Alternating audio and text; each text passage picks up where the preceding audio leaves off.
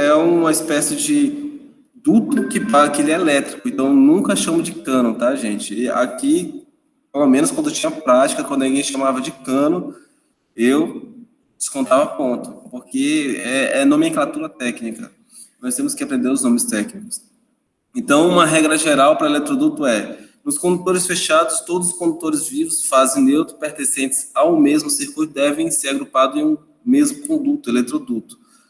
Ou seja, todos os condutores de uma instalação elétrica têm que ser agrupados em um eletroduto, se tiver, tá? Bandeja, calha. E tem uma outra regra bem interessante, que é: nos condutos fechados, todos os condutores vivos, isso aqui eu acabei de ler, deve ser aplicado em eletrodutos. Mas por que eu tenho que colocar esse tipo de cabos em eletrodutos? E alguns cabos, eles não podem ser expostos diretamente ao ambiente. Então, devido à característica física, eles não podem sofrer um impacto. Em ambientes industriais, existe muita locomoção de materiais, de ferros, que podem ocasionar um impacto no cabo. Então, por isso que nós colocamos ele em alguns cabos, alguns eletrodutos, leites e eletrocário, certo? Uma outra regra que a gente aplica para isso é que em todos os circuitos deve ser originado de um mesmo dispositivo geral de manobra de proteção. Ou seja, você tem um eletroduto, eu vou colocar aqui, deixa eu ver se tem uma imagem. Você tem um eletroduto e esse eletroduto está passando lá alguns circuitos, né? Um circuito de chuveiro, circuito de uma tomada. Então, basicamente, esse eletroduto tem que passar, basicamente, todos os cabos que pertencem a esse circuito nesse eletroduto. Como assim, professor? Se você ramifica para mais de um eletroduto, existe possibilidade de aquecimento. No eletromagnetismo, a gente aplica a regra da mão direita. Ou seja, quando você aplica uma corrente elétrica em um condutor, ele sofre um campo magnético. E quando você tem fase neutro em um condutor, um eletroduto, ele se anula, porque o fase vai, né, e o neutro retorna. Aí ele retorna, então ele anula ali o campo magnético do eletroduto. Então, por isso que é sempre importante você colocar todos os cabos daquele circuito naquele eletroduto, para evitar aquecimento. Uma outra regra básica para isso as seções dos condutores devem estar dentro de um intervalo de 3 valores normalizados sucessivos, como exemplo pode ser citar o caso de cabos cujos circuitos podem ser agrupados em um mesmo eletroduto, 16, 25 e 35. Então, observe aqui esse leito. Isso aqui é um tipo de leito. Nesse leito você tem alguns cabos, né? E nesse cabo tem um outro cabo aqui passando. Então, o menor cabo que pode ser passado aqui nesse leito é 3 vezes a sucessão dele, ou para cima ou para baixo. Ou seja, se você tem um cabo de 35, você pode passar um de 25 e um 16 nesse mesmo leito. Por que isso? Então, eu não posso colocar um cabo de 2,5 aqui, não recomendado. Porque se você passa um cabo de 2,5 nesses locais, você aplica uma regra de danificação de cabo. E nesse tipo de eletrocalho, ó, se vocês observarem, ele sempre tem danificações, ó. Então você tem um cabo muito grande que acaba danificando, fica esmagando esse cabo. E ele literalmente esmaga, né? Porque esse cabo aqui, não sei se vocês já pegaram nele alguma vez. Eu já trabalhei uma vez lançando esses cabos desse modelo. Então pesa muito. E quando a gente joga ele em cima da eletrocalha, a gente coloca, né? Ela balança toda a estrutura e se tiver um cabo 2,5, ela danifica, sem nenhum problema. Agora, nós vamos falar um pouco da equação, né? A equação, eu vou interromper aqui essa transmissão.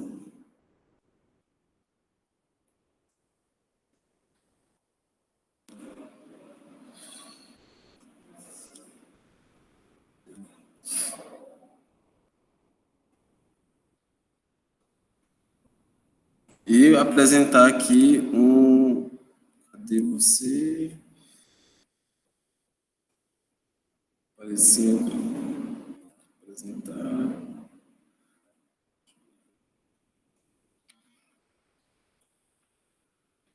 Vamos para a equação agora.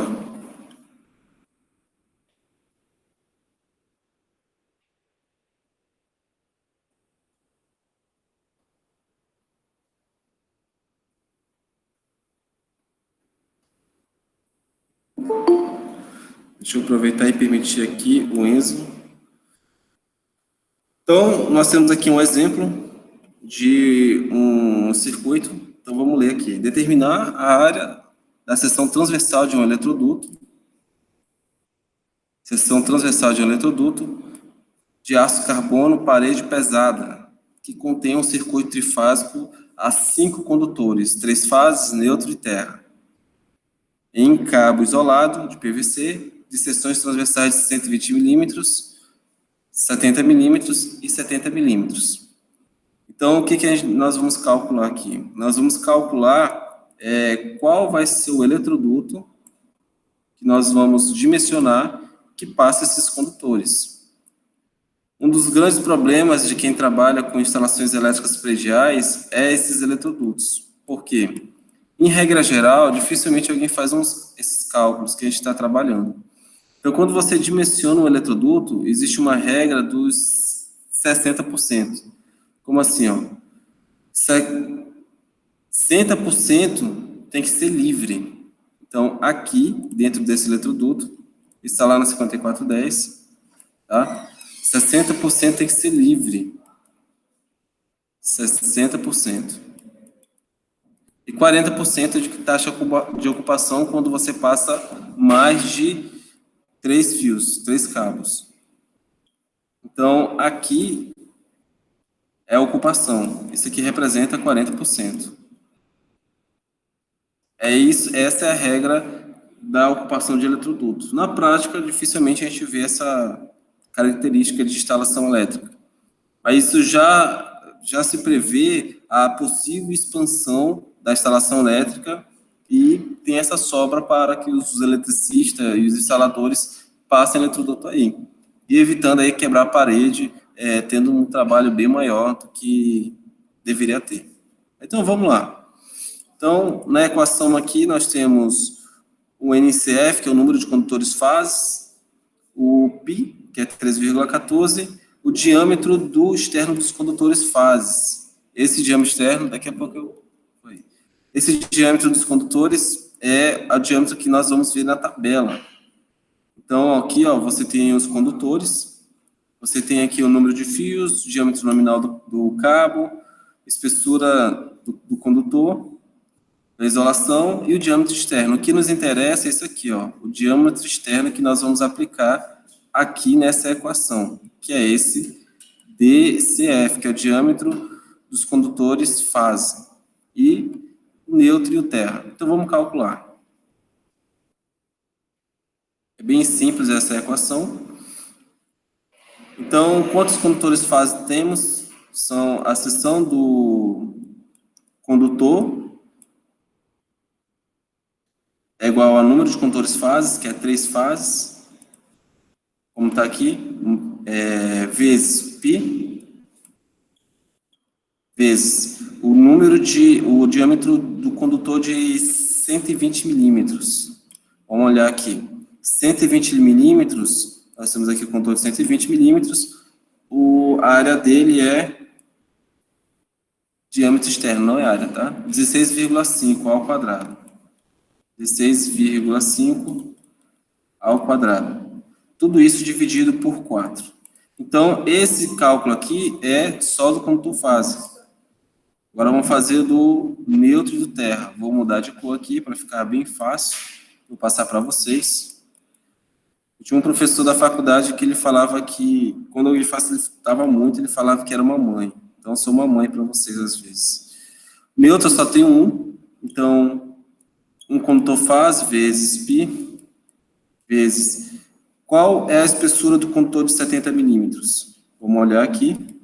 70 milímetros, nós temos esse condutor, 12,9. Certo?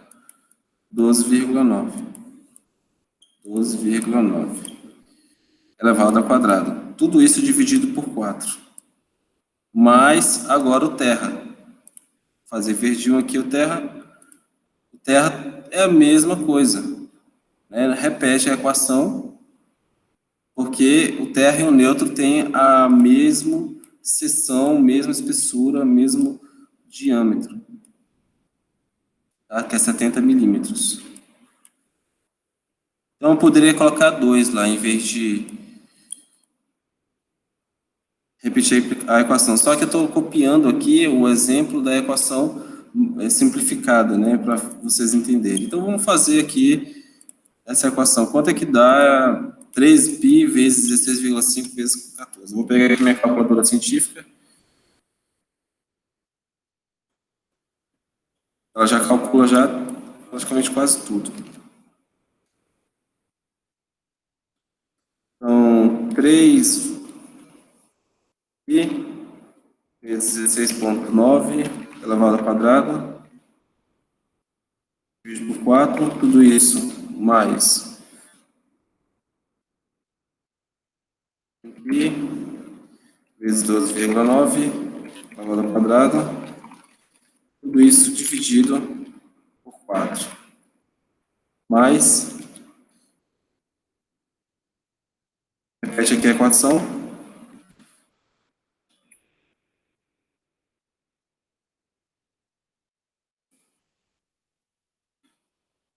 então aqui você tem 845. Professor, Sim, eu não entendi porque o senhor fez isso 3 vezes. 3 vezes? É uma boa pergunta. A primeira, mas eu não entendi porque foi. E depois só 1 vezes π e depois de novo. Sim, é que eu estou usando o fase, neutro, terra. Então, o fase, esses 3 fases aqui, ó, é dessa equação. O neutro é dessa equação aqui. E o terra é daquela outra equação, porque cada condutor, eles são diferentes. Então, 120 é o condutor, aqui é o 120, representa esses 16,5, que é o diâmetro externo do condutor, e o neutro terra são 70 milímetros. Basicamente, eu precisava fazer só mais uma vez isso aqui, ó. Só mais uma vez. Só que como que eu estou pegando o exemplo do livro, caso vocês olhem, ele repetiu 2 vezes, porque esse aqui representa fase, esse representa o neutro, esse representa o aterramento. Como está explicando aqui, ó, fase, neutro e proteção. E aí, em seguida, você calcula o diâmetro total dos condutores, ou seja, se você pudesse pegar uma trena, um paquímetro e medisse ali o diâmetro total, perdão, a seção total dos cabos, ele daria esse valor de 800 e uns quebrado, 845, certo? Consegui tirar a tua dúvida? Entendi, professor. Obrigada. Ok, de nada. Ok. Então, a nossa seção aqui deu 800 quebrado, 845,25, 845,25. Então, o que nós vamos fazer? Isso aqui em milímetros quadrados. Nós vamos olhar na tabela, uma outra tabela do que o fabricante oferece e verificar a ocupação do eletroduto. Então, como que nós estamos mais que 3 cabos aqui, ó, elas se enquadram nos 40% de ocupação. Aí tem a classe A e classe B, que são os eletrodutos. Classe A, que são os eletrodutos de uma parede mais grossa, muito aplicada para áreas industriais, e a mais baratinha é a classe B. É importante você procurar a marca e aquele modelo, né, daquele eletroduto. Quando você não tem, você mede ali mesmo a seção total. Então, finalizando aqui, eu encontrei aqui 800, né? Eu tenho que olhar aqui, eu vou olhar o classe A, que é o que tem no exercício. Por exemplo, eu tenho que ser um valor superior. 800 não dá aqui, 749, 800 vai dar aqui, ó. 1.200 e uns quebrados. Se vocês observarem, ó, 1.275. É um eletroduto de 2,5 polegada. Então, o eletroduto que nós vamos comprar vai ser um eletroduto de 2,5 polegadas. Logo, é bem simples assim, 2/meio polegada. Eletrodutos são muito dimensionados por polegada, né? É bem mais simples que o cálculo de condutores. Eu fiz um vídeo simplificando a equação de cálculo de condutores, e essa aqui é o vídeo de dimensionamento de eletrodutos. Alguém tem alguma pergunta?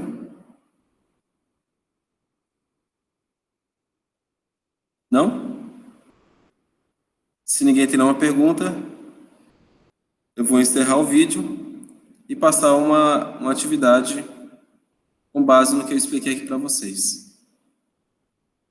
Vou compartilhar com vocês esse arquivo.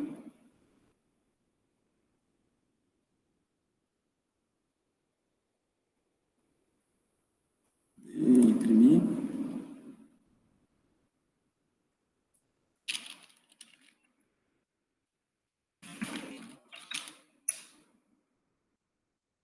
Em alguns segundos vai estar no grupo de vocês aí. Sexta-feira, infelizmente, houve um problema, não consegui enviar o vídeo, só consegui enviar hoje,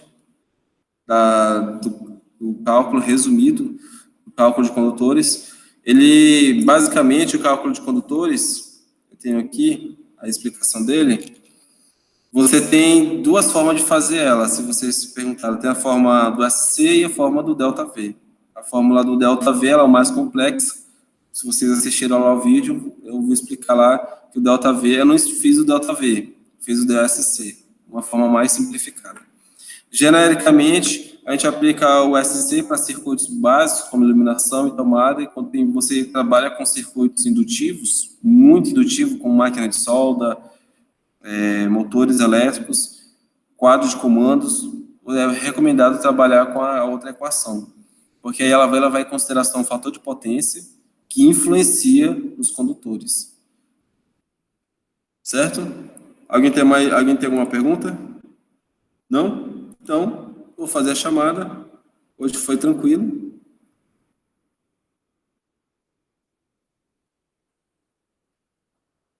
A aula de hoje. Para quem tiver interesse, inicialmente eu utilizei o Prezi for Education para a apresentação da aula de hoje. É uma ferramenta que ainda estou me adaptando, que ela vai me interagir melhor aí com alguns conteúdos, mostrar aqui visivelmente a apresentação. Eu sempre gostei de assistir aulas, videoaulas, olhando o rosto da pessoa, então eu estou fazendo isso com vocês. Talvez para alguns não tenha muita diferença, mas é uma questão do que eu acho bom, né? Então vamos lá. Lista de chamada. Vamos lá, beleza. Vou abrir aqui o SGE.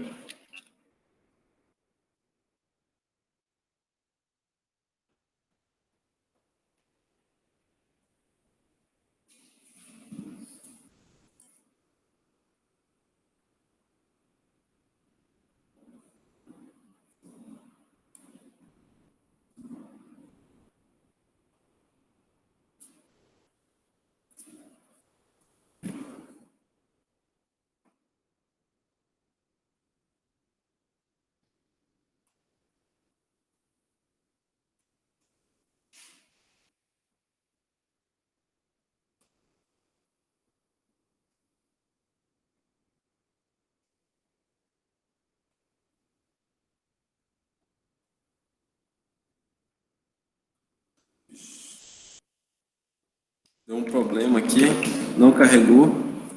Eu vou fazer manualmente aqui com vocês. Vou tentar facilitar minha vida? Não, não tem como mais. Tem um plugin que eu instalei aqui que ele gera uma lista, mas ele não está funcionando. Não sei porquê. Então vamos lá. Eu gostaria que vocês falassem o nome de vocês, eu vou anotando aqui nesse notepad. Conforme vocês vão falando, eu vou escrevendo aqui. Então, por favor, inicie aí o nome de vocês para eu adicionar o nome de vocês aqui. Primeira pessoa. Pedrônio. Fabiana. Quem mais? Fabiana. Fabiana. E Rayane, professor, que ela tá sem microfone. Nayana. Heloísa. Não, Rayane. Oi? Rayane, professor, com R. Rayane. Isso. Heloísa.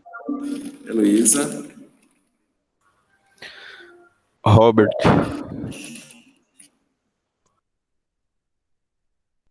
E mais? Juliana e Vinícius.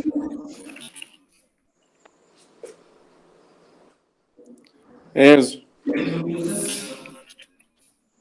Elivelton.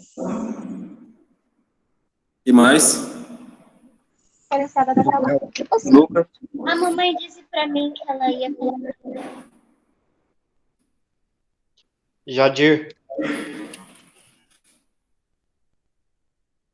Gabriela.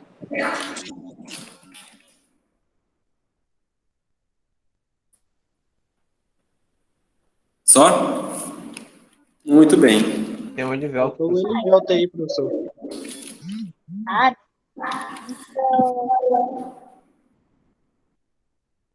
Mais alguém?